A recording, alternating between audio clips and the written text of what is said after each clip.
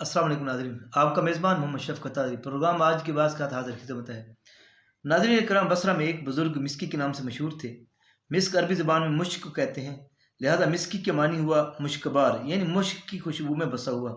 ان بزرگ کی خاصیت یہ تھی کہ ہر وقت معطر اور مشکبار رہا کرتے، یہاں تک کہ جس راستے سے گزر جاتے وہ راستہ بھی مہک اٹھتا۔ جب داخل مسجد ہوتے تو ان کی خوشبو سے لوگوں کو معلوم ہو جاتا کہ حضرت مسکی علیہ رحمۃ اللہ علیہ تشریف لے آئے ہیں۔ کسی نے با اصرار دریافت کیا تو آخر کار آپ رحمۃ اللہ کو کون سا عطر استعمال کرتے ہیں؟ فرماتے ہیں جو آپ رحمۃ اللہ سے اس قدر خوشبو آتی ہے، اس کی وجہ کیا ہے؟ تو انہوں نے فرمایا کہ میں کوئی خوشبو نہیں لگاتا۔ میرا قصہ بڑا عجیب ہے، میں بغداد ملا کا رہنے والا ہوں۔ میرے والد محترم نے میری اسلامی اصولوں کے مطابق تربیت فرمائی۔ میں جوانی میں نہایت ہی حسین و جمیل تھا اور صاحب شرم و حیا بھی۔ ایک بزاز یعنی کپڑے والی کی دکان پر میں نے ملازمت اختیار کی۔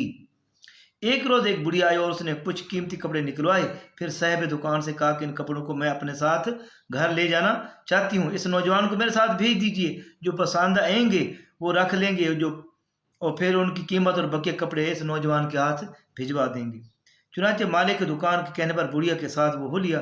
وہ مجھے ایک عالیشان کوٹھی پر لے گئی اور مجھے کمرے میں بٹھایا۔ کچھ دیر بعد ایک نوجوان عورت کمرے میں داخل ہوئی اور اس نے کمرے کا دروازہ بند کر دیا، پھر میرے قریب بیٹھ گئی۔ میں گھبرا کر نگاہیں نیچے کیے فوراً وہاں سے ہٹ گیا، مگر اس پر شہوت سوار تھی اور میرے پیچھے پڑ گئی۔ تو بہت کہا کہ اللہ جل سے ڈر، وہ ہمیں دیکھ رہا ہے، لیکن وہ میرے ساتھ منہ کالا کرنے پر مصر تھی۔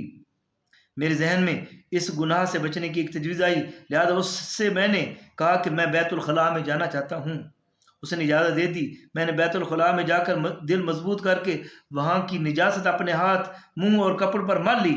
اب یوں ہی باہر میں آیا تو میری عاشقہ گھبرا کر بھاگی اور کوٹھی میں پاگل پاگل کا شور اٹھا۔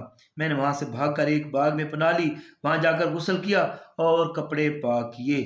گھر جا کر رات جب میں سویا تو خواب میں دیکھا کہ کوئی آیا اور میرے چہرے پر اور لباس پر اپنے ہاتھ پھیر رہا ہے اور کہہ رہا ہے کہ مجھے جانتے ہو میں کون ہوں؟ سنو، میں جبریل ہوں۔ جب میری آنکھ کھلی تو میرے سارے بدن اور لباس میں سے خوشبو آ رہی تھی جو آج تک قائم و دائم ہے، اور یہ سیدنا جبریل علیہ السلام کے مبارک ہاتھ کی برکت ہے۔